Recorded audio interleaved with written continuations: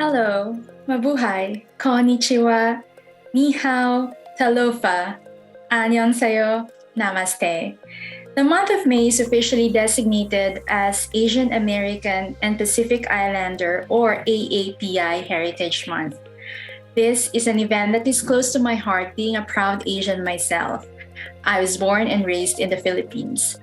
The umbrella term Asian American and Pacific Islander encompasses all of Asia, Southeast, South Asia, and East Asia, and the Pacific islands of Melanesia, Micronesia, and Polynesia. We all know Asian Pacific Islands, of course, because of the many tourist landmarks and beautiful places they offer, and the many cultural items that have become a part of our everyday lives here in the US. The delicious food, martial arts, K-pop, anime. But we are so much more than that. Asian American and Pacific Islander Heritage Month is an annual celebration that recognizes the historical and cultural contributions of individuals and groups from Asia and the Pacific. It brings into light the unique journey of these people in the US, my people, our life experiences as we try to preserve our traditions, culture, and heritage. The contribution of Asian Americans and Pacific Islanders in American society is enormous. We have made significant mark in many different fields, from science, technology, and engineering, literature and the arts, sports and recreation, and government and politics. In 2020, Kamala Harris broke the ceiling not only by becoming the first woman to be elected as Vice President of the United States, she's also the first Asian American to hold the office. The month of May was chosen for AAPI Heritage Month because it commemorates the immigration of the first Japanese people to the US on May 7, 1843. In addition, the Golden Spike Day, which happened in May 10, 1869, marked the completion of the Transcontinental Railroad that was built with significant contributions from Chinese workers. Today, Asian Americans and Pacific Islanders are the fastest growing racial group in the United States. As of 2019, there were about 22.9 million people of Asian or Pacific Islander descent in the United States. Please join me in celebrating AAPI Heritage Month. Thank you. May is Mental Health Awareness Month. And given that each year millions of Americans face the reality of living with mental illness, it's an ideal time to bring up the topic.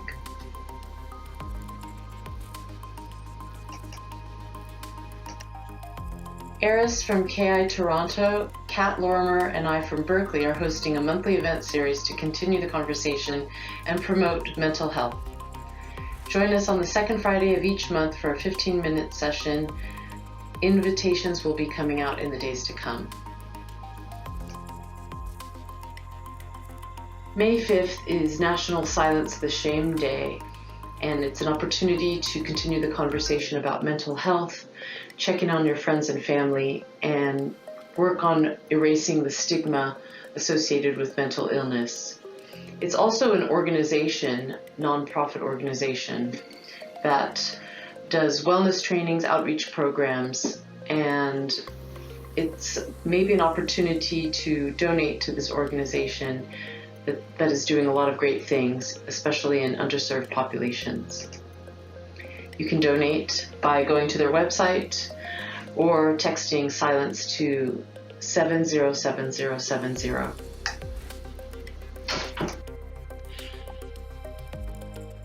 In the US, the number of bills targeting the LGBT community is at a historic all-time high of 325 bills as of April 9th, 130 of which target transgender people specifically. May 17th is the International Day Against Homophobia, Biphobia, and Transphobia. This event was created in 2004 to draw attention to the violence and discrimination experienced by people of diverse sexual orientations, gender identities, expressions, and characteristics. This is a global annual observance to draw the attention to the alarming situations faced by queer folks all around the world. May 17th is celebrated in more than 130 countries, including 37 where queer acts are illegal. The theme for 2022 is Our Bodies, Our Lives, Our Rights. You can learn more about May 17th and the events surrounding it at their official website, seen right over here, May17, that's 17.org. Hello from Kaplan, NYC. Greetings to all. I have some information for you about the month of May and diversity in the month of May. May 21st is recognized by the UN as the World Day for Cultural Diversity. Again, that's May 21st, and there's a great website. You can Google this, UN World Day for Cultural Diversity, and it'll pop up with lots of ideas and resources. Over the last couple years, of course, unfortunately, there has been some impact from the global pandemic on the kinds of events that the UN has been encouraging people to get involved in. But there's a trove of resources on the internet. There's great information, videos about what UNESCO has been doing to promote cultural diversity and to protect the heritage of what they're calling the community of civilizations and the dialogue of civilizations. Hopping over to the UNESCO website, more information about the cultural diversity, dialogue and development, all kinds of great resources, the history of this day and how it's, where it came from, why do we celebrate it, why is it important. Finally, hopping along these websites, I found something great. The UN has been encouraging people to participate in activities that promote awareness of diversity and the respect and dialogue of various cultures. Pretty much all cultures have a way of baking bread. So during the pandemic, they have been encouraging people to get onto Zoom and meet other people who are very far away, also on Zoom, as they bake loaves of bread together. Who knew? And this is great. So there's a website here that you can find. It's people who got on Zoom and they baked loaves of bread together. And this is an ongoing project. While these loaves of bread are baking, people talk about their cultures and they share recipes and they just kind of enjoy togetherness with a lot of cultural diversity. So these are a couple things that you might want to look into this month, the month of May. I certainly hope you enjoy this. Thank you for listening. Have a great May. I'll see you guys later. Hi everyone. This month on May 24th is Pansexual and Panromantic Visibility Day. That's right. Let's cover some definitions for everyone. So sexual versus romantic orientation. So sexual orientation is when someone desires sexual contact or shows sexual interest in someone, but then romantic attraction is when you desire these things on a romantic level. It's possible to have a sexual attraction towards someone without wanting to pursue a romantic relationship, and it's possible to want to date someone without the desire for a sexual aspect to it. People can also experience attraction to others on aesthetic, sensual, emotional, and or intellectual levels, and a person's sexual attraction and romantic attraction can even be different from one another. Pansexual would be someone who can feel sexual attraction toward all genders, and panromantic would be someone who can feel romantic attraction toward all genders, with the pan part being all from Greek. So typically for those people who identify as pansexual or panromantic, gender is not a factor when feeling attraction towards someone. And some of those who identify as pan also describe their identity as having no type, and that who they feel attracted to is person dependent. So in short, you're drawn to the person, not their gender. When hearing those, we might ask, what's the difference between being bi and being pan? Well, plenty of people use both bi and pan interchangeably when describing their sexual or romantic identity. Being bisexual or being biromantic is typically defined as being attracted to two or more genders. However, feelings towards someone can differ based on gender. For example, some, but not all bi folks are more attracted to one gender than another. This differs from being pan, where gender is not a factor at all. That said, some people identify as bi, but also describe feeling attraction to all genders equally. These different interpretations of bi and pan identities are all valid. and it's simply up to the individual to determine the label they're most comfortable with. If you can't decide, again, use both, use neither. Some people just prefer to use the term queer and call it a day. Awesome. So what's the lowdown on visibility, like in the media? Well, there have been and continue to be many stereotypes for those who are attracted to multiple genders. Both bi and pan folks are consistently labeled confused, in a transition phase, or more promiscuous than other identities. Bi and pan erasure is when the existence or legitimacy of these identities are questioned or even denied, which happens at both a societal and interpersonal level.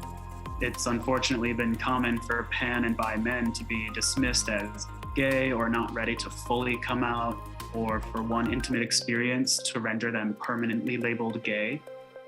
Bi and pan women tend to receive the opposite response, where their attraction to other women and other non-binary folks is considered a phase or a way to receive more attention from straight men. Which is not good. And bi and pan erasure can also occur when relationships are labeled straight or gay based on their outer appearance. For example, since my partner identifies as a lesbian, people often refer to us as a lesbian couple. However, I do not identify as a lesbian since I am attracted to all genders. Within our relationship, we prefer to use the term WLW, or women who love women, as it is more open to different sexual and romantic identities. This form of erasure may also occur for bi and pan folks dating someone of a different gender than them, with many assuming that they are a straight couple, when that's not the case. It is also important to remember not to assume a person's sexual or romantic attraction based on appearances, so that space can be made for all queer identities. Yeah, that's right. So then how about some famous people who identify as pan? Good question. Well, there's Miley Cyrus, Jojo Siwa, Brendan Urie of Panic at the Disco, and Cara Delevingne. Oh yeah, there's also Janelle Monáe, Bob the Drag Queen, Youngblood, and the first openly pansexual elected official in the United States is Mary Gonzalez. Thanks for that. This May 24th is Pansexual and Panromantic Awareness Day, and we're so excited that we're now prepared for the day. Yeah.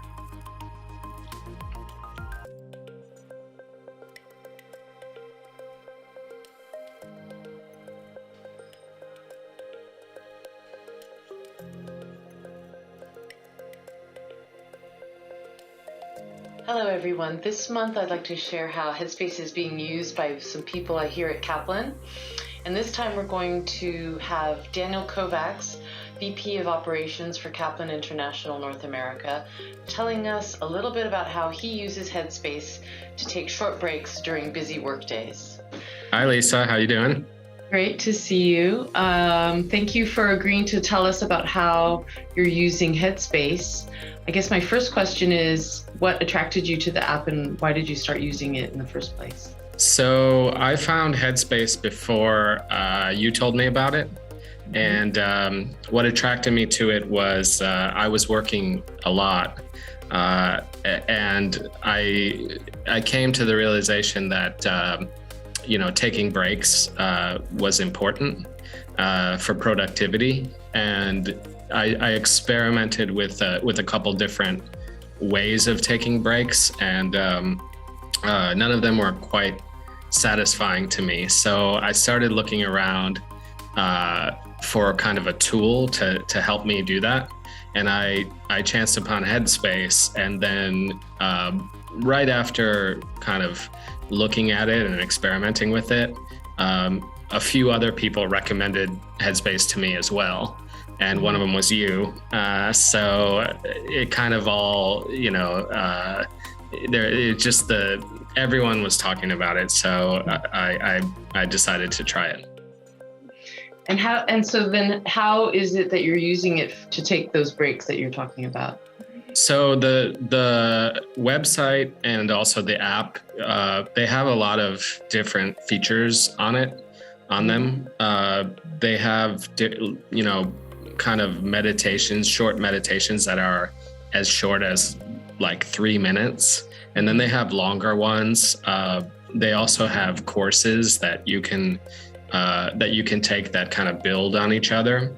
So if people are interested in using it, what I would recommend, there's a basics kind of course that you can take in Headspace, and that kind of shows you the features. And that's where I started. And I just started, like I said before, I would take breaks. I would say, okay, well, let me get some coffee, or like, let me get some water, or let me take a walk. I work in one of our schools, so I would take a walk around the school, and like I said, I still felt like I was, in work mode. So then I tried some of those basic courses where you, it sounds cheesy, but but I'm a proponent of it. You kind of close your eyes for a minute. They recommend that you wear headphones, and they kind of guide you through these different meditative practices. So that's great. And have you seen any benefits, or how does that make you feel now that you've been doing this for how long? Maybe a few months, or? Yeah, I would say maybe 3-4 months now.